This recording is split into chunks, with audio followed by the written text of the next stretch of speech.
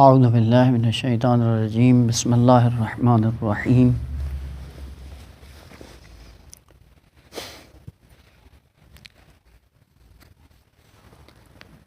وَأَيُّوبَ إِذْ نَادَى رَبَّهُ أَنِّي مَسَّنِيَ الضُّرُّ وَأَنْتَ أَرْحَمُ الرَّاحِمِينَ۔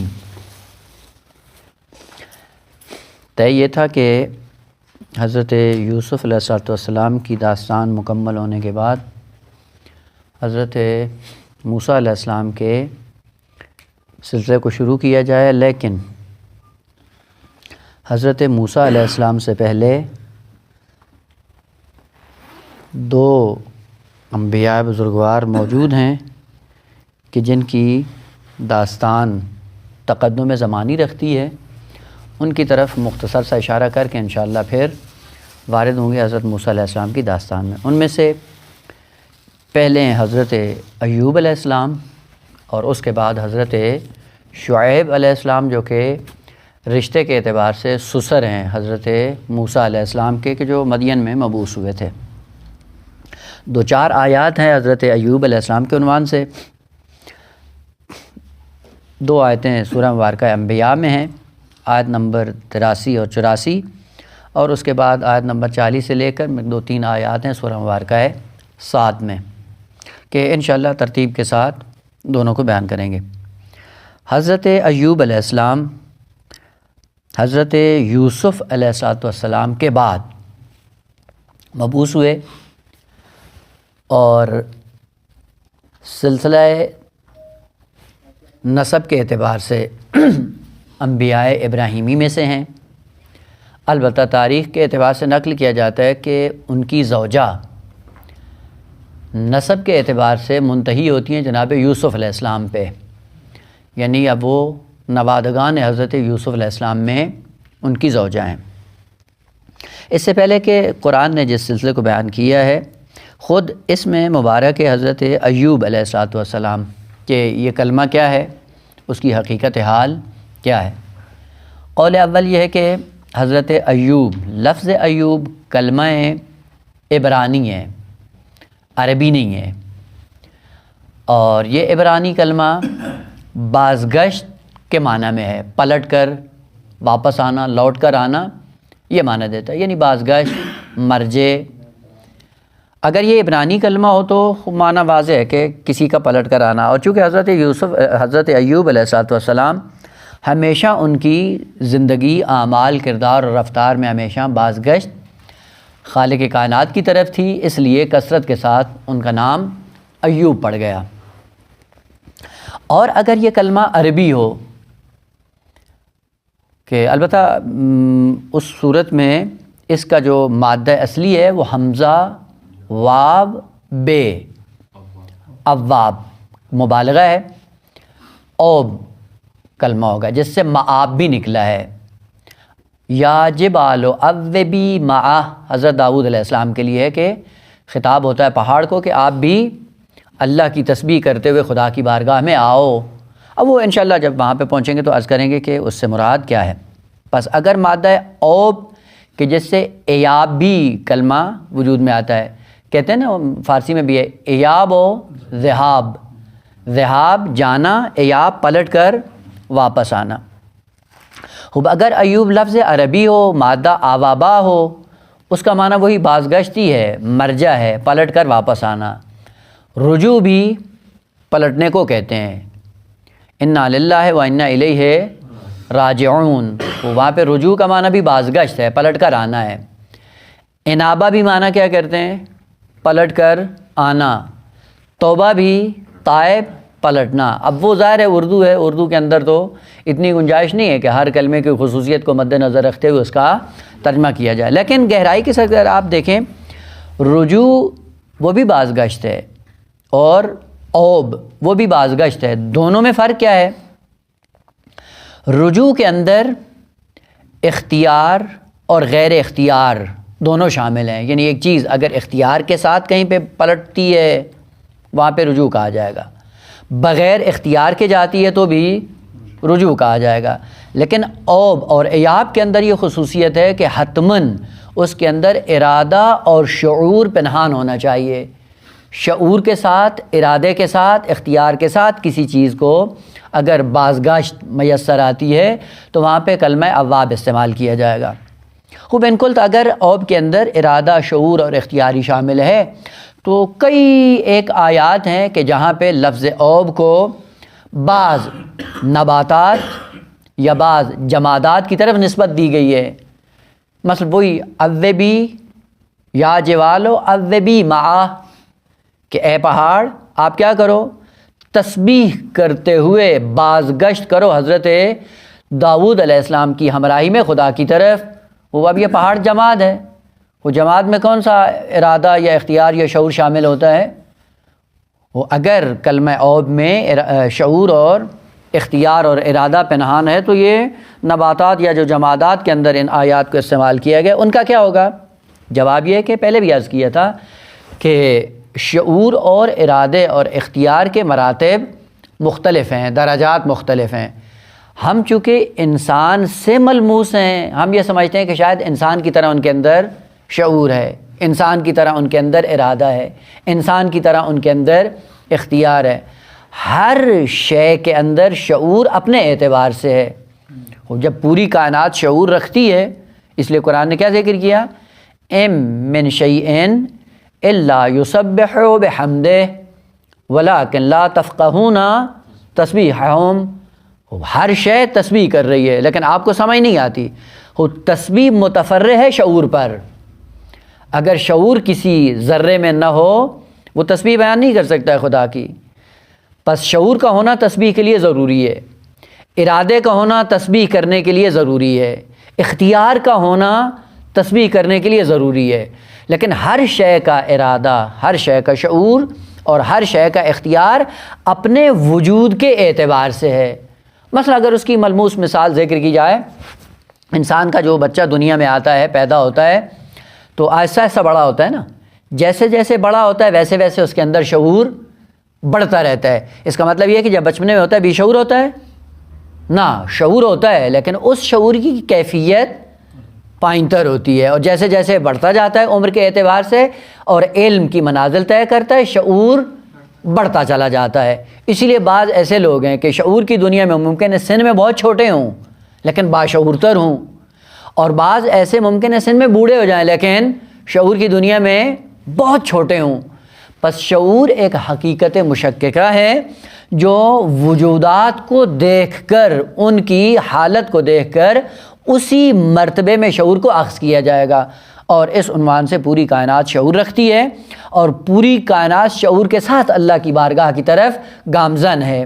جب اللہ کی طرف جا رہی ہے تو شعور کے ساتھ جا رہی ہے۔ پس لفظ اوب یا ایاب ایسی بازگشت جس کے اندر ارادہ، اختیار اور شعور پوشیدہ ہو، جبکہ رجوع عام ہے، ممکن ہے شعور ہو اور ممکن ہے شعور نہ ہو۔ ھذا اولا۔ فرق دوم یہ ہے کہ رجوع وہ پھر عام ہے کہ رجوع گناہ سے بازگشت کرتے ہوئے جائے یا اطاعت سے اطاعت کا سفر ہو، ہر دو رجوع ہے۔ لیکن ایاب میں یہ نقطہ پنہا ہے کہ حتماً اطاعت سے اطاعت کی طرف بازگشت کرنا ایاب کہلاتا ہے۔ اس سے پتہ چلتا ہے کہ انسان اگر اطاعت کی دنیا میں پہلے کم ترین مرتبے کو انجام دے رہا ہے یہ بھی ایاب ہے، اور اس کم ترین مرتبے کے بعد اگر مرتبہ بالاتر اطاعت کا انجام دیتا ہے تو وہ بھی ایاب ہے۔ پس ایاب کے اندر اطاعت سے اطاعت کا سفر ہے، جبکہ رجوع کے اندر عام ہے۔ ممکن ہے اطاعت سے اطاعت کا سفر ہو، ممکن ہے معصیت کو ترک کر کے اطاعت کی بارگاہ میں آئے انسان، تو وہاں پہ بھی رجوع کہلائے گا۔ مثلا فرض کریں ایک انسان نے نماز مغرب پڑھی، یہ نماز مغرب پڑھنا کیا ہے؟ اطاعت پروردگار۔ اس اطاعت کے بعد اگر نوافل پڑھتا ہے تو یہ بھی کیا ہے؟ اطاعت ہے، لیکن یہ اطاعت کا مرتبہ بالاتر ہے اطاعت سے اطاعت۔ مغرب کی نماز پڑھنا فریضے کی صورت میں یہ بھی ایاب ہے، اور نوافل پڑھنا یہ بھی ایاب ہے، اور نماز شب پڑھنا یہ بھی ایاب ہے۔ یعنی اطاعت سے اطاعت، بار بار اللہ کی بارگاہ میں آنا اطاعت کے سائے میں ایاب کہلاتا ہے، جبکہ رجوع کیا ہے؟ وہ ممکن ہے معصیت سے نکل کر اطاعت کی دنیا میں آئے، یا ممکن ہے اطاعت سے اطاعت، پس رجوع اس اعتبار سے عام ہے۔ اور پھر ان کا دوسرا فرق جو بقیہ کلمات ہیں ان میں کیا ہے؟ مثلا لفظ توبہ، توبہ جو معصیت سے ہوتی ہے اس کا یہی ہے کہ حتماً انسان معصیت سے نکل کر اطاعت میں آتا ہے۔ پس ایاب اور توبہ یہ دونوں کیا ہیں؟ بازگشت ہے دونوں میں، لیکن ایک دوسرے کے نقطہ مقابل میں ہیں۔ ایاب اطاعت سے اطاعت، توبہ معصیت سے اطاعت، اور رجوع کیا ہو جائے گا؟ عام۔ اسی اور چوتھا کلمہ ہے انابہ۔ انابہ کس کو کہتے ہیں؟ انابہ بھی اطاعت سے اطاعت ہے، لیکن اس فرق کے ساتھ کس کے اندر تکرار ہوتا ہے ہمیشہ؟ انابہ نوبت سے۔ نوبت کیا ہوتی ہے؟ وہ کہتے ہیں نا جی ہماری یہاں پہ نوبت رکھ دیں، باری رکھ دیں۔ یہ باری کیا ہے؟ یعنی ایک مرتبہ انسان لائن میں لگتا ہے، ایک چیز کو پانے کے بعد پھر لائن میں آ جاتا ہے، پھر دوسری چیز کو، جس طرح کہ آج کل ایران میں ہوتا ہے۔ مثلا فرض کریں کسی نونوائی پہ جائیں روٹی لینے کے لیے، تو وہاں پہ ایک لائن ہوتی ہے، ایک روٹی لینے کے لیے چند ایک روٹیاں لینے کے لیے، وہ ایک والی لائن میں انسان لگتا ہے، ایک دفعہ روٹی لے لیتا ہے، پھر دوبارہ لگ کے پھر لیتا ہے، پھر سے بارہ لگ کے پھر روٹی یہ جو بار بار لائن میں لگ رہا ہے، نوبت پر نوبت میں آ رہا ہے، اس کو انابہ کہا جاتا ہے۔ البتہ یہ پھر عام ہے کہ انابہ آیا معصیت سے اطاعت ہے یا اطاعت سے اطاعت ہے، کا اس اعتبار سے یہ عام ہے۔ پس انابہ کے اندر تکرار ہے اور بار بار نوبت میں لگ کر کسی کمال کو پانا ہے۔ اب وہ کیا ہے؟ نقص سے کمال ہو یا کمال سے کمال ہو، فرق نہیں کرتا۔ بس یہ خصوصیات کلمات کے اندر موجود ہے۔ خوب حضرت ایوب علیہ السلام یہ لفظ اگر عبرانی ہو تو اس کا معنی بازگشت ہے، لیکن اگر عربی ہو تو اوب سے، اور اوب کی خصوصیت یہ ہوتی ہے کہ اس نقطے پہ جہاں پہ اس کو جانا چاہیے وہیں پہ اس کو پہنچا دیا جائے۔ البتہ اگر آپ تھوڑا سا عربی کی گہرائی میں جائیں، ہوتا یہ تھا عربوں کے اندر لفظ اوب اور معاب اور ایاب، مثلا حیوانوں کو اور خصوصاً اونٹوں کو جب لے جاتے تھے چراگاہ کی طرف، مطلق ہے لیکن چونکہ اکثر ان کا سروکار اونٹوں سے ہی رہتا تھا، زیادہ تر اونٹوں کو جب لے کے جاتے تھے چراگاہ کی طرف، چرانے کے بعد جب واپس لے کر آتے تھے اور جس جگہ حیوانوں کی جگہ مقرر ہوتی تھی وہاں پہ جب لا کر باندھ دیتے تھے تو کہتے تھے ہم نے اونٹ کو مآب میں پہنچا دیا۔ پس مآب سے مراد کیا ہے؟ وہ جگہ جس سے اونٹوں کو نکال کر چرانے کی نیت سے، ان کا پیٹ بھرنے کی نیت سے بیابان میں لے جایا جاتا تھا، اور جب ان کے لیے پورا وہ غذا ان کی یا چارہ ان کا اکٹھا کرنے کے بعد ان کو دے دیا جاتا، اور شام کے وقت جب ان کو لوٹا کر اسی جگہ میں پہنچا دیا جاتا جہاں سے ان کو نکالا ہوتا تھا، تو کہتے تھے کہ ہم نے اونٹوں کو مآب میں پہنچا دیا۔ یہ مآب میں پہنچانے کے بعد کیا کرتے ہیں؟ استراحت کرتے ہیں، آرام کرتے ہیں۔ یہاں سے ہم ایک اور نقطے کی طرف بھی اشارہ کر سکتے ہیں، ایک کہ مآب کے اندر کیا کون سی خصوصیت پائی جاتی ہے کہ جہاں سے آدمی چلا ہے وہیں پہ جاتا ہے، ایک، اور دوسری خصوصیت یہ کہ جب پلٹ کر آتا ہے احساس آرامش کرتا ہے۔ پس اوب کے اندر جس نقطے سے انسان چلتا ہے وہیں پہ آ جاتا ہے، اس خصوصیت کے ساتھ کہ جب پہنچتا ہے وہاں پہ اس نقطے پہ باز گشت کی صورت میں احساس آرامش کرتا ہے، احساس اطمینان کرتا ہے، احساس راحتی کرتا ہے۔ جبکہ رجوع کے اندر کیا ہے؟ وہ کلمہ عام ہے۔ مثلا آپ کہتے ہیں انا للہ و انا الیہ راجعون، خب پورے انسان اللہ کی طرف باز گشت کر رہے ہیں یا نہیں کر رہے؟ وہ سارے کر رہے ہیں، لیکن ایک معصیت کار وہ بھی اللہ کی بارگاہ میں جا رہا ہے، اور ایک انسان مطیع پروردگار وہ بھی اللہ کی بارگاہ میں جا رہا ہے۔ لیکن مطیع جو جا رہا ہے وہ آرامش میں ہے، اطمینان میں ہے، جو معصیت کار جا رہا ہے وہ بھی بازگشت کر رہا ہے لیکن وہ عذاب میں مبتلا ہے۔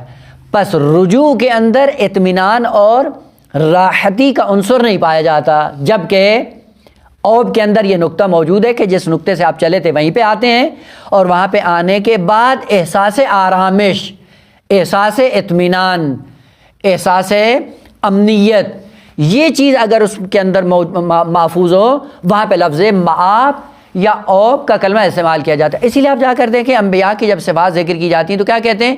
انہو اواب۔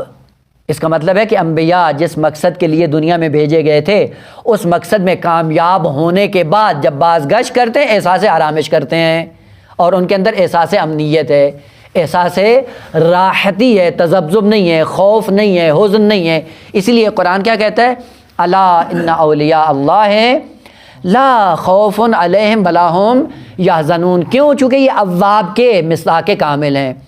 انہی مصادیق میں سے ایک مصداق ہے جناب ایوب علیہ السلام. خوب جناب ایوب عوب سے اگر ہوں تو معاب اور اواب کے نقطے پہ جب پہنچے ہیں تو ایک نقطہ یہ ہے کہ ہمیشہ اطاعت سے اطاعت کا سفر کیا ہے.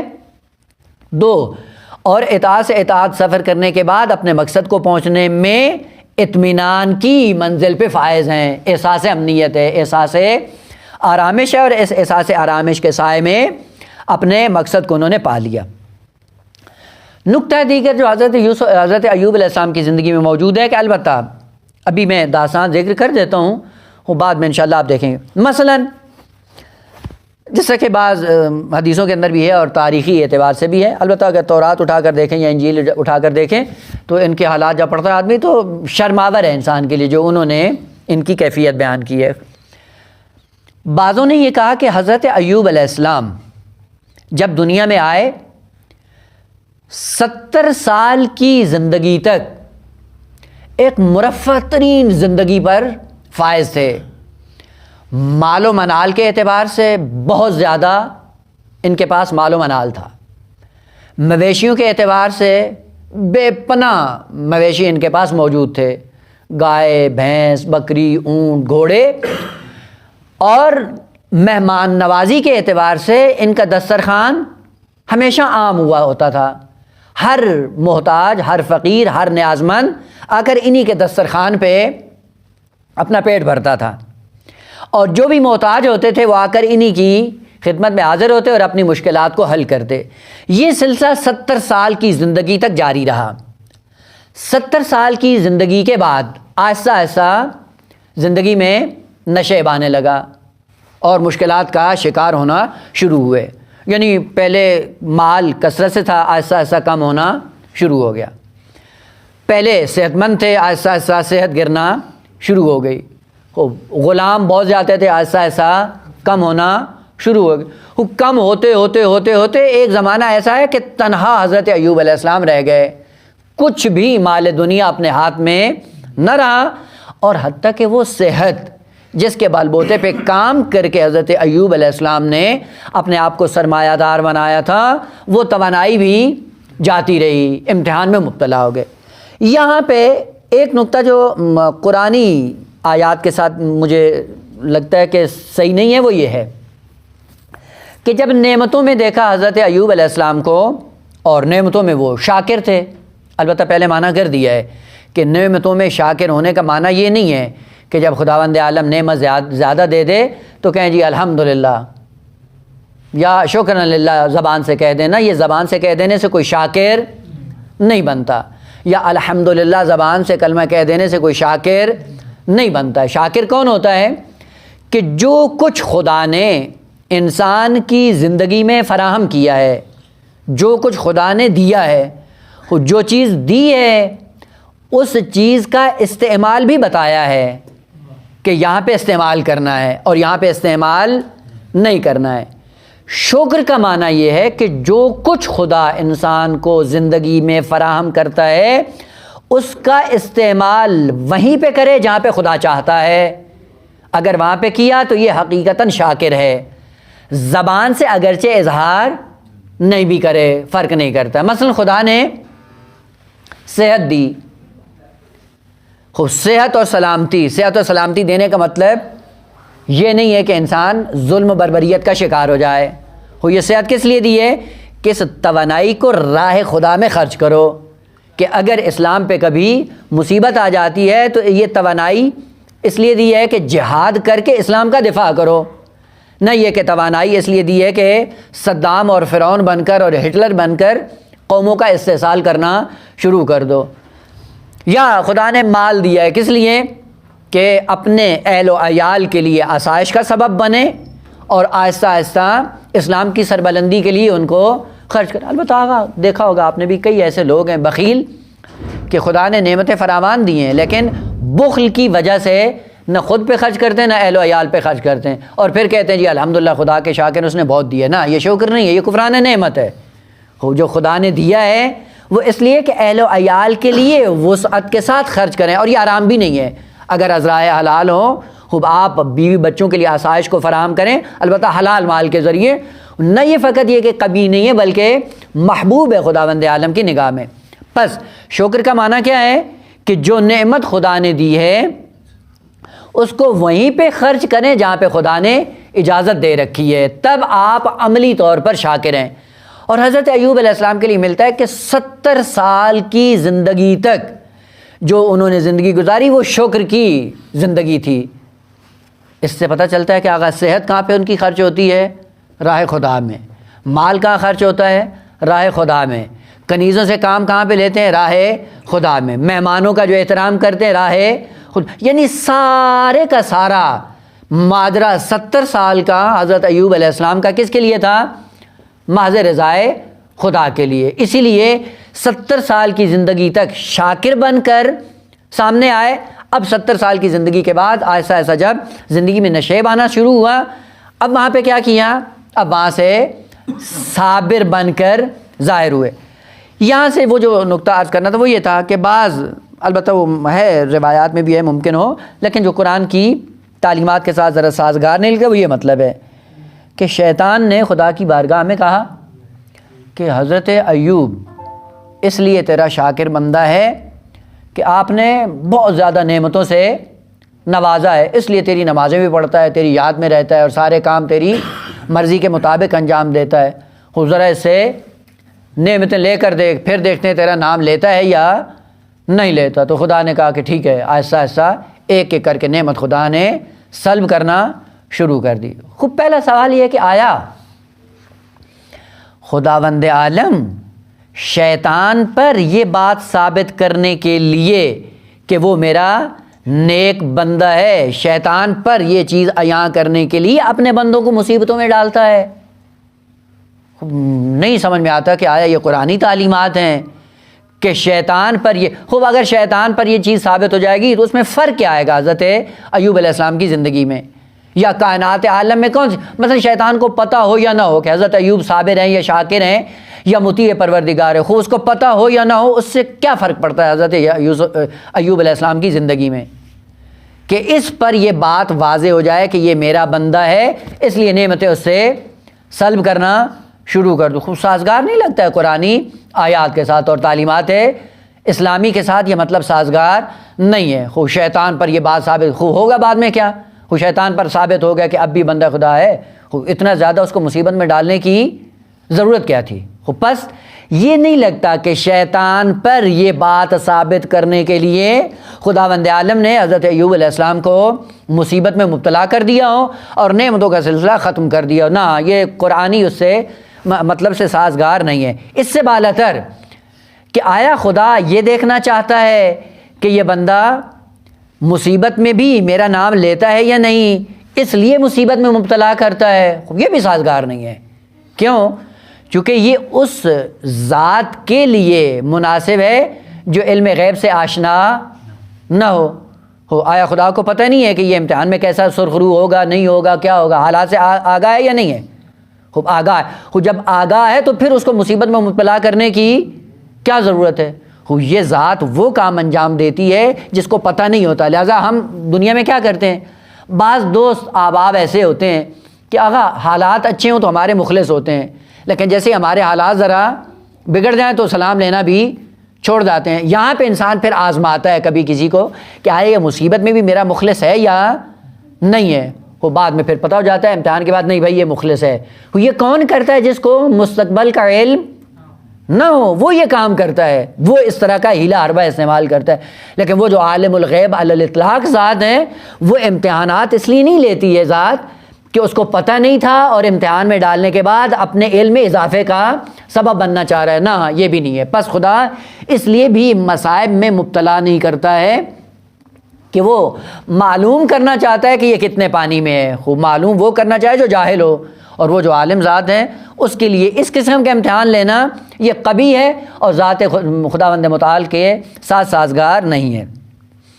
مطلب ہے صرف جو بعض لوگوں نے ذکر کیا وہ یہ ہے کہ نہ خدا اس لیے مصیبت میں مبتلا کرتا ہے کہ خود معلوم کرنا چاہتا ہے کہ یہ میرا بندہ شاکر ہے، صابر ہے یا نہیں ہے، بلکہ اس لیے مصیبتوں میں مبتلا کرتا ہے کہ اس عبد کی حیثیت دوسروں پر عیاں ہو جائے. یعنی امتحان اس لیے نہیں لیتا کہ اس کو پتہ نہیں، اس کو پتہ ہے، دوسرے لوگوں کو اس کے مقام کا پتہ نہیں ہوتا، اس لیے خدا کیا کرتا ہے؟ امتحان لیتا ہے، اور امتحان کے بعد جب یہ سرخرو ہوتے ہیں دوسرے لوگوں کو پتہ چل جاتا ہے کہ کتنا عظیم انسان ہے. اس عظمت کو دوسروں پر عیاں کرنے کے لیے خداوند عالم انسان کو مارد ابتلا میں ڈالتا ہے یا مارد مصائب میں مبتلا کر دیتا ہے. یہ بھی درست نہیں ہے. وہی نقطہ جو شیطان کے لیے ہے، شیطان سے ہٹ کر پوری بشریت کے لیے بھی ہے. اگر خدا فرض کرے کہ ایک اپنے عبد کو مصیبت میں ڈال رہا ہے، اور وہ مصیبت بھی اتنی عظیم اور اتنی طاقت فرسا، اور اتنی طاقت فرسا مصیبت میں ڈالنے کے لیے فقط یہ معلوم کرنا ہے کہ جی یہ اتنا صبر کرنے والا ہے، اور مصیبت پہ آواز اس کی نہیں نکلتی تاکہ لوگوں کو پتہ چل جائے. لوگوں کو پتہ نہیں ہوگا تو اس کے مراتب میں کوئی کمی آ جائے گی یا اس کے مقامات کم ہو جائیں گے، خود پتہ ہو یا نہ ہو. جبکہ اسلام کی تعلیمات ادھر سے کیسی ہیں؟ اسلام کیا کہتا ہے؟ افضل الزہد اخفاء الزہد، خود چھپاؤ. ادھر سے دستور دیتا ہے کہ چھپاؤ، اور ادھر سے مبتلا کر کے ان کی عظمت دوسروں کے لیے ثابت کرنا چاہیے. یہ کیا بات ہے بھائی؟ اگر ان کو پتہ ہو اس کی ذات میں کوئی فرق نہیں آتا، نہ پتہ ہو تو بھی کوئی فرق نہیں آتا. بس دوسروں پر بھی عیاں کرنے کے لیے خدا ان کو مصیبتوں میں نہیں ڈالتا ہے. وہ پھر کیوں ڈالتا ہے؟ مطلب قرآنی وہ جس طرح کہ ظاہراً سورہ مبارکہ بقرہ میں ہے. کیا ہے ہوگا کہ ہم ان کو ابتلا میں ڈالتے ہیں. آیت قرآنی کیا ہے؟ ہاں، وَلَنَبْلُوَنَّكُمْ بِشَيْءٍ، کہ ہم ہر ایک کو ایک چیز کے ذریعے آزمائیں گے. وہ کیا ہے؟ مثلا کبھی اولاد کم کر کے، یعنی اولاد لے لیں گے، مال کی کمی سے آزمائیں گے، اور آزمانے کے بعد ہوگا کیا؟ وہ بشر الصابرین الذین اذا اصابتہم مصیبہ قالوا انا للہ وانا الیہ راجعون. کہا یہ کیوں مصیبت میں ڈالتے ہیں؟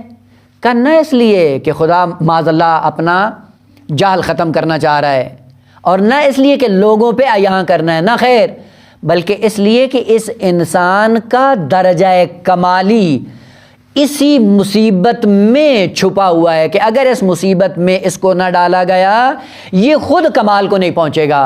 اور چونکہ اس ذات کو کمال تک پہنچانا ہے، بے شک لوگوں کو پتہ چلے یا نہ چلے، اس کو کمال تک جانے کے لیے یہ راستہ حتماً طے کرنا ہے. اس لیے خداوند عالم مصیبت میں ڈالتا ہے. مثال دیکھیں آقا، یہ آپ روزمرہ دیکھتے رہتے ہیں کہ ایک اگر باغ ہو اور باغ کا باغبان ہو، وہ کبھی کبھی آ کر درختوں کو، اس کی شاخوں کو کاٹنا شروع کر دیتا ہے. یہ شاخیں کیوں کاٹتا ہے؟ اس لیے کہ اپنے جہل کو علم میں تبدیل کرنا چاہ رہا ہے؟ نہ.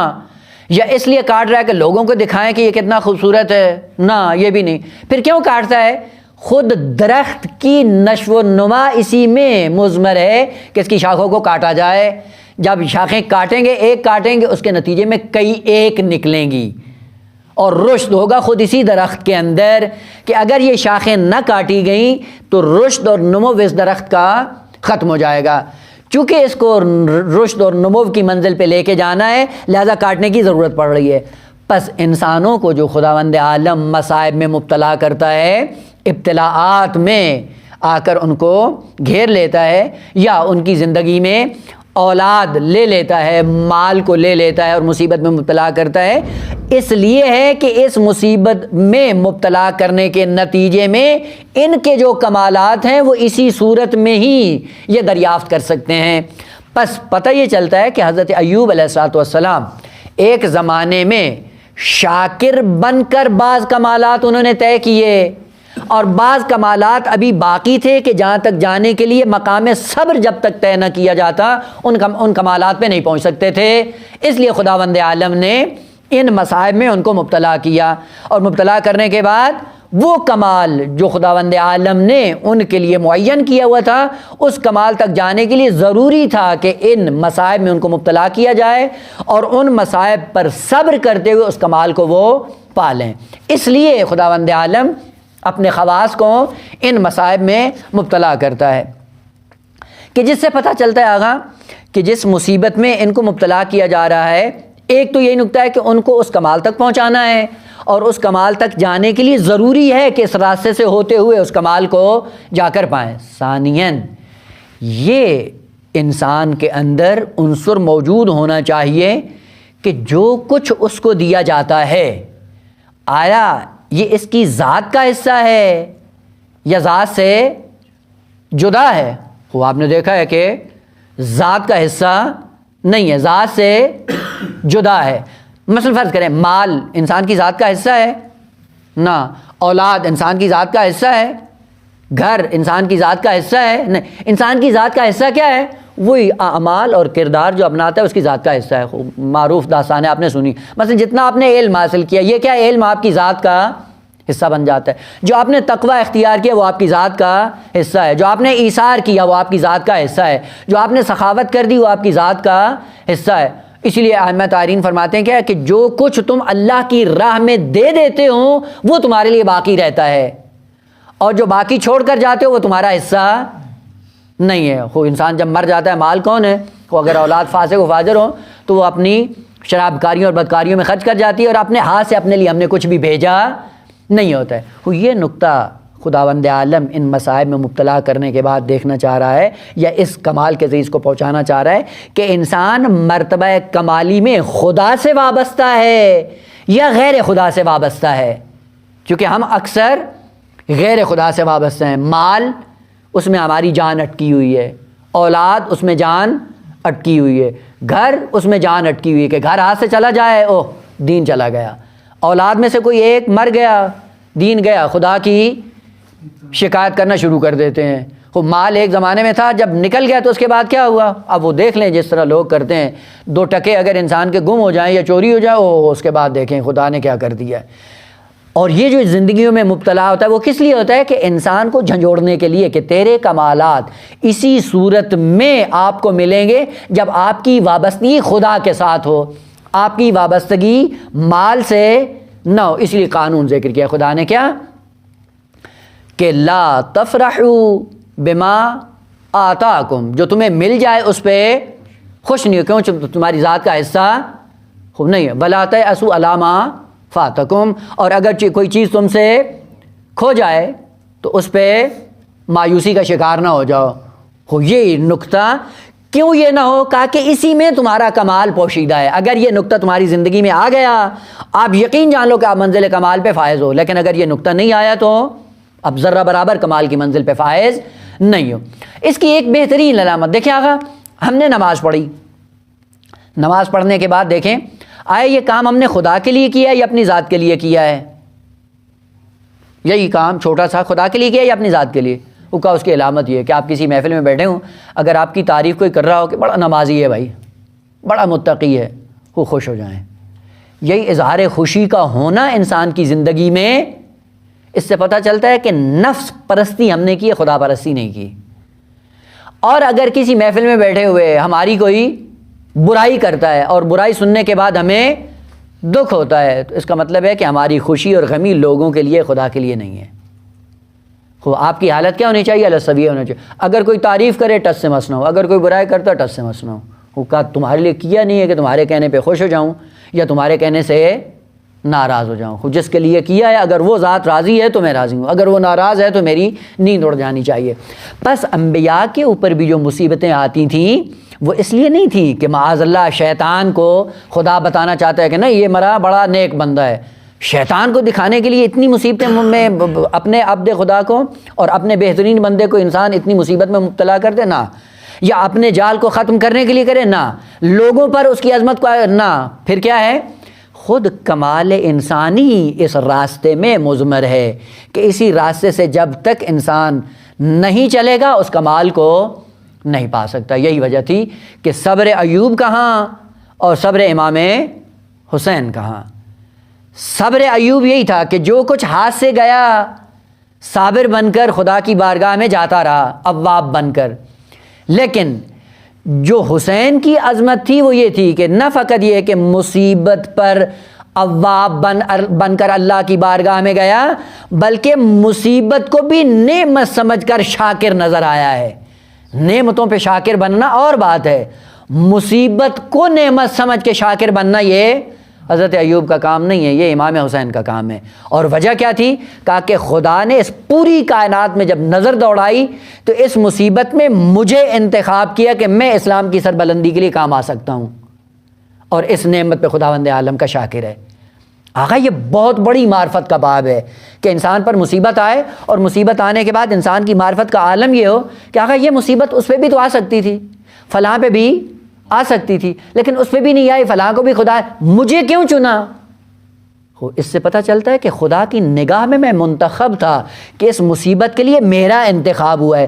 یہی انتخاب الہی اس مصیبت کے لیے یہ خود ایک نعمت ہے خداوند عالم کی طرف سے، اور وہ جو مصیبت کو نعمت کی شکل میں دیکھتا ہے وہ امام حسین بن جاتا ہے۔ اور پھر امام حسین کے اصحاب، وہ تو خوب عظمت بھی ان کی امام حسین علیہ السلام کے اعتبار سے۔ یہ نمونہ کیوں ذکر کیا جا رہا ہے؟ تاکہ آخر الزمان میں جو پیغمبر آنے والا ہے ان کی خصوصیات کا ایک نمونہ اور ایک جھلک ان انبیاء کی زندگی میں دیکھ لو، اور جب وہ آخری نبی آئے گا اور اس کے جو ائمہ اور جانشین آئیں گے ان کی عظمت کا آپ اندازہ انہی کے کمالات سے لگا سکتے ہو۔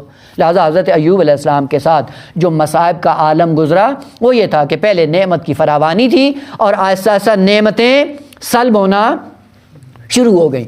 مطلب دیگر جو اسرائیلیات کے ساتھ جس کا تعلق ہے وہ یہ تھا کہ مال منال جاتا رہا، اولاد جاتی رہی، صحت جاتی رہی، مریض اتنے زیادہ ہو گئے کہ معاذ اللہ ثم معاذ اللہ کہ جسم میں کیڑے پڑ گئے، اور کیڑے پڑنے کے بعد لوگوں نے اٹھا کے بستی سے باہر پھینک دیا، اور کوئی دیکھنے کے لیے آمادہ نہیں تھا۔ نہ یہ جس نے بھی نقل کیا ہے وہ کعب الاحبار کا پیروکار ہے، اور کعب الاحبار یہودی زادہ ہے، اور اس یہودی زادے نے آ کر خلافت دوم کے زمانے میں اسلام کی تعلیمات کو اس حد تک بگاڑ دیا ہے کہ آج بھی کبھی کبھی ہمیں اسلام کا بگڑا ہوا چہرہ نظر آتا ہے، اور چہرہ بگاڑنے میں اس نے جتنا رول ادا کرنا تھا کیا، اور خلافت کے سائے میں کیا۔ یعنی جس اسلام کے اندر پیغمبر اسلام کی احادیث کو نقل کرنا جرم تھا اور نقل کرنے والے کو کوڑے مارے جاتے تھے، اسی اثنا میں اس ملعون کو مسجد نبوی کے ممبر پر بٹھا کر اجازت دی جاتی تھی کہ تم قصے ماضی کے بیان کیا کرو، اور یہ ماضی کے قصے بیان کرتا تھا اپنی تورات سے، اور جتنا زہر اگل سکتا تھا اسلام کے خلاف ان داستانوں میں آ کر اس نے زہر اگلا، اور پھر کاتبین بیٹھے ہوتے تھے کہ ان کی داستانوں کو لکھ کر معاشرہ اسلامی میں عام کرو، جس سے پتہ چلتا ہے کہ خلافت دوم ایک ایجنٹ تھا یہودیت کا۔ البتہ آئے گئی پیغمبر اسلام کی بات تو وہاں پہ تفصیل سے عرض کریں گے، البتہ جو بھی سنیں فرق نہیں کرتا ہے، حقانیت کو بیان کرنے میں ہمیں کوئی ابا نہیں ہے۔ یہودیت کا پروردہ اور یہودی مقاصد، ان کے مقاصد کو کامیاب بنانے کے لیے بہترین رول اس خلافت دوم کے زمانے میں تاریخ اسلامی میں ادا ہوا ہے۔ اس نے اس کو اجازت دے، اب اس نے آ کر ایسا کیا کیا؟ اسلام کی تعلیمات کو بگاڑنا شروع کیا۔ یہ اسرائیلیات جو کعب الاحبار کے سائے میں اسلام کے دائرے میں آئیں، ان میں سے ایک یہ تھا کہ ان کے جسم میں کیڑے پڑ گئے، اور کیڑے پڑنے کے بعد، اور عجیب بات یہ تھی کہ بات غلط، قبیح اور بدترین بات کر جاتے تھے، لیکن اچھائی کے پیرائے میں تھا کہ لوگ فوراً لے لیں، اور یہ اسی کا نتیجہ ہے۔ کیا کہ جب کیڑے پڑ گئے تو حضرت ایوب علیہ السلام نے کہا کہ الہ العالمین کیڑے تو پڑ گئے، کوئی مسئلہ نہیں ہے، میں صبر کروں گا، اور پورے جسم میں جب کیڑے گرتے تھے تو اٹھا کر اپنے جسم میں ڈال لیتے تھے، اور پھر کیا کہتے تھے کہ خدایا میری زبان پہ کیڑے نہ ڈالنا اور دل میں نہ ڈالنا، وہ پورے باڈی میں ہوں لیکن زبان اور دل میں نہ ہوں۔ کیوں؟ زبان پہ تیری یاد رہتی ہے اور تیرا ذکر رہتا ہے، اور دل میں تیری۔ یہ نقطہ بیان کرنے کے لیے پوری زندگی اور پوری شخصیت حضرت ایوب علیہ السلام کی نابود کر ڈالی۔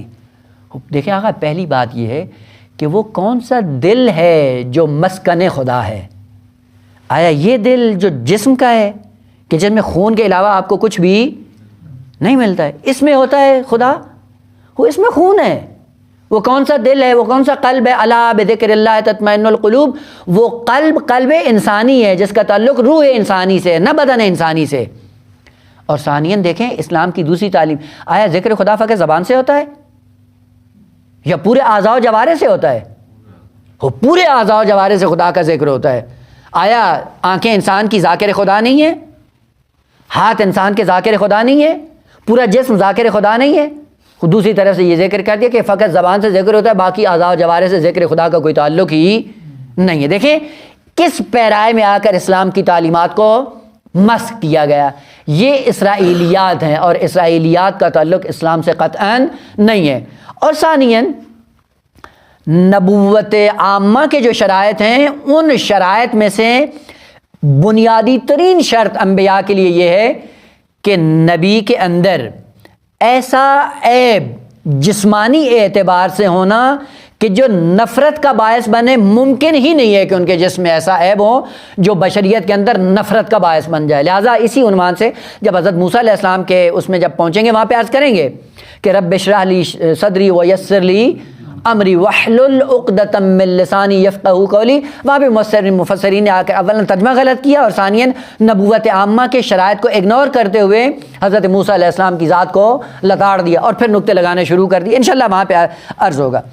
حضرت ایوب علیہ السلام قطعاً جسمانی طور پہ ایسی بیماری کے میں مبتلا نہیں تھے کہ جو نفرت آور تھی، جس کے نتیجے میں لوگوں نے اٹھا کر ان کو بستی سے نکال دیا۔ نہ یہ اسرائیلیات ہیں جس کا تعلق اصل نہ اسلام سے ہے، نہ قرآن سے، نہ قرآن نے اس کو ذکر کیا۔ بھلے یہ ہو سکتا ہے کہ انسان پر ایسی مصیبت آئے جسمانی اعتبار سے یا روحانی اعتبار سے کسی مصیبت کا شکار ہو جائے کہ جس مصیبت پہ صبر کرنا عام انسانوں کے لیے دشوار ہو۔ ہاں ایسے مصائب میں انبیاء آ کر جب صبر کا مظاہرہ کر دیں، اسی سے پتہ چلتا ہے کہ وہ کمالات کی دنیا میں کہاں پہ فائز ہیں۔ ایک اور چھوٹا سا نمونہ عرض کر دوں، سورہ مبارکہ ہے توبہ میں ہے کہ جہاں پہ آ کر یہ کعب الاحبار کی بدماشیوں کا ہی ایک نمونہ ہے کہ آیت ظاہراً لمبی ہے، اگر مل جائے، اور بڑی خوبصورت ہے آیت۔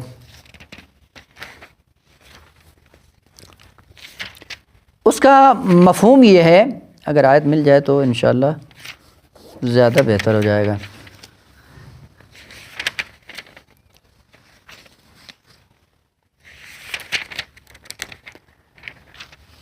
یہی کعب الاحبار منبر رسول پہ بیٹھ کے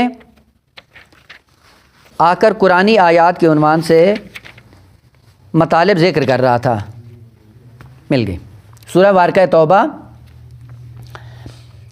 آیت نمبر 34، اور بڑی خوبصورت آیت ہے۔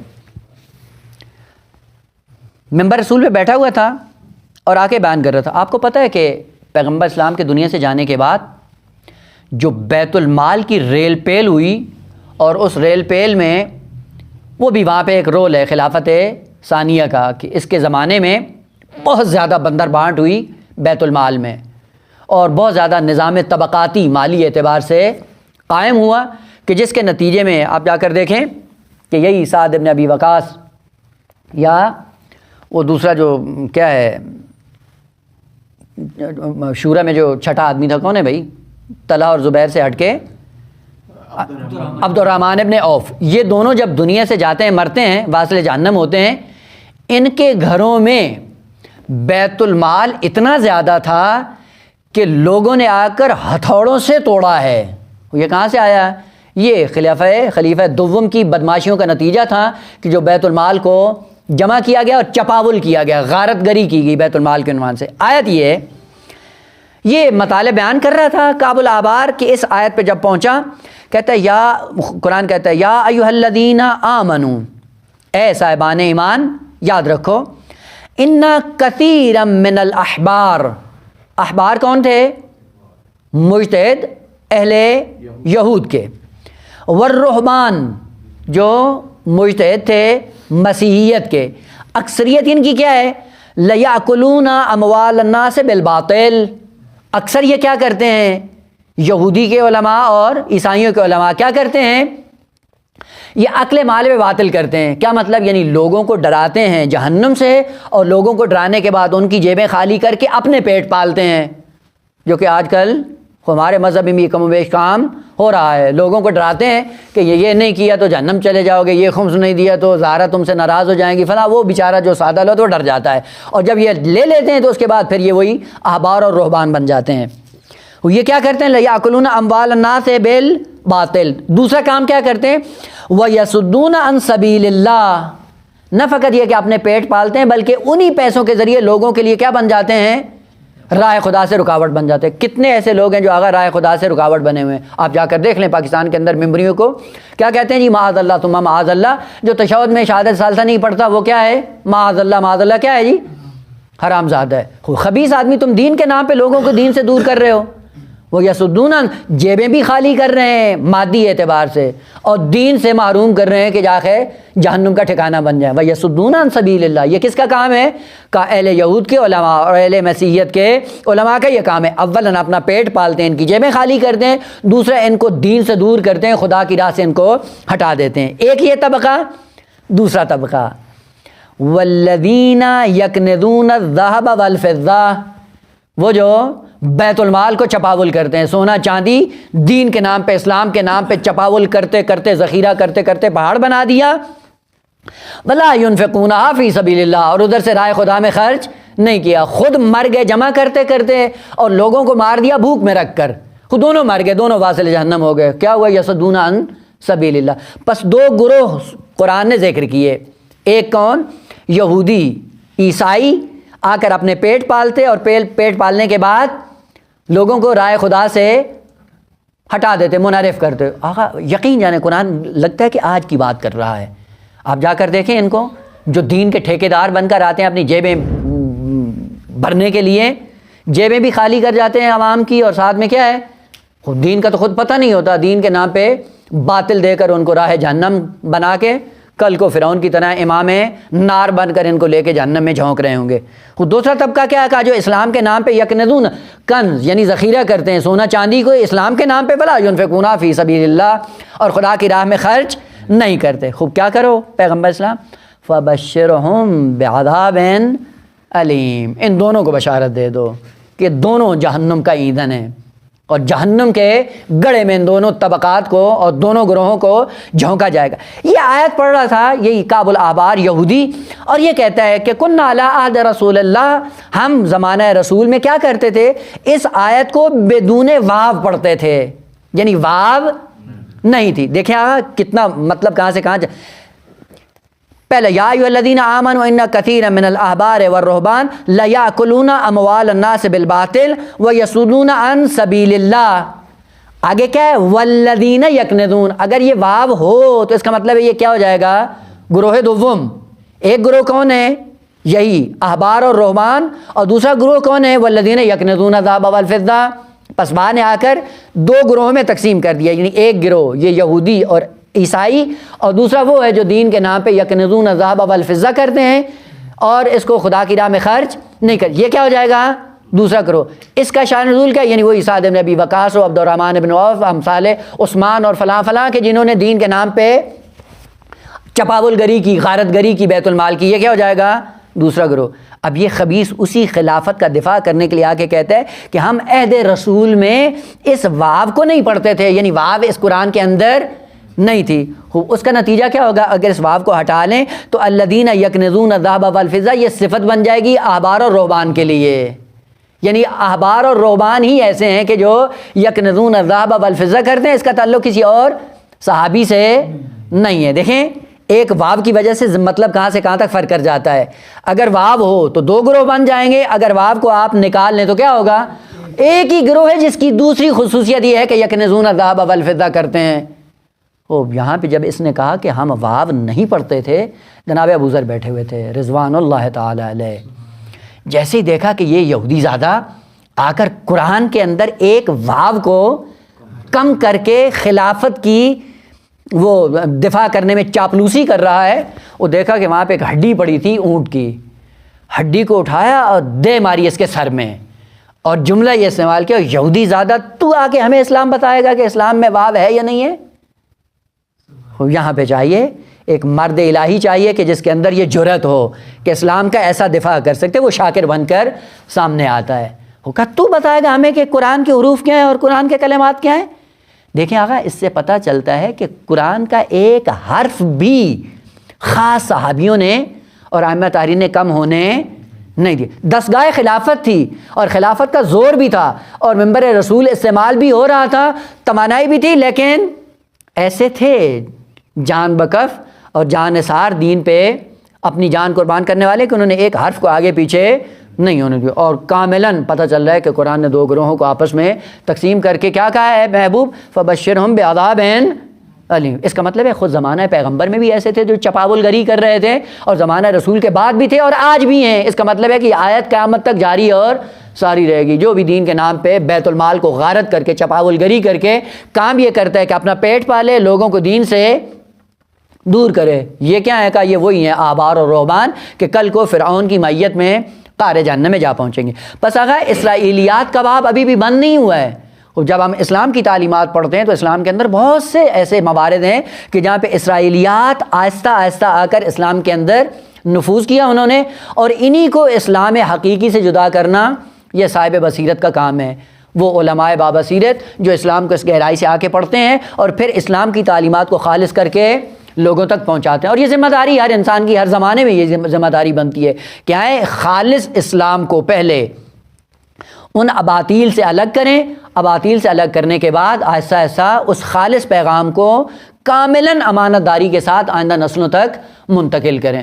لہٰذا حضرت ایوب علیہ السلام جن مصائب میں مبتلا ہوئے قطعاً ایسے نہیں تھے کہ جن کی وجہ سے وہ نفرت آور بن گئے ہوں بشریت کے لیے، قطعاً یہ نہیں تھا۔ اور ثانیاً جو بھی خداوند عالم نے امتحان لیا ابتلا کی صورت میں اور صبر کے اس مقام پر پہنچانے کے لیے تھا، نہ یہ کہ معاذ اللہ اپنے جال کو علم میں تبدیل کرنا تھا یا لوگوں پر اس امتحان کو لینے کے بعد عیاں کرنا تھا کہ یہ کتنے پانی میں ہے۔ نہ، لوگوں کو پتہ ہو یا نہ ہو، خوب اگر میں کسی کمال پہ فائز نہیں ہوں، لوگ لاکھ تعریف کرتے رہیں، اس سے میری زندگی میں کوئی فرق نہیں آئے گا۔ لہٰذا یوں نہیں تھا۔ بس کیوں یہ ابتلاءات آتے ہیں؟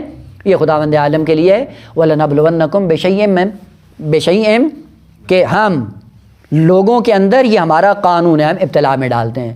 اب وہ کبھی نقص اموال کر کے، کبھی نقص اولاد کر کے، کبھی نقص ثمرات کر کے، یعنی کبھی نعمتیں لے کر ہم امتحان لیتے ہیں اور کبھی نعمتیں چھین کر یعنی سلب کر کے ہم آپ کا امتحان لیتے ہیں۔ یہ امتحان کس لیے لیتے ہیں؟ آپ اپنے کمالات کو دریافت کر سکو، ان کمالات کی منزل پہ آپ فائز ہو سکو۔ خوب سلسلہ کلام اس میں جاری ہے کہ کیا ہوا؟ حضرت ایوب علیہ السلام نے کیا کہا؟ رب انی مسنی الضر۔ اب بعد میں وہ کیا ہے کہ مس کیا ہے اور ضر کیا ہے، اور کیا تھا امتحان حضرت ایوب علیہ السلام کا، اور امتحان میں کس طرح سے سرخرو ہوئے اور ان کمالات پہ فائز ہوئے کہ جن کمالات پہ پہنچنے کے بعد آہستہ آہستہ نمونہ عمل بن گئے بشریت کے لیے، کہ ایک ایک کر کے انشاءاللہ بیان کریں گے۔ والحمدللہ رب العالمین۔ یہ سورہ مبارکہ توبہ کی ایک آیت تھی۔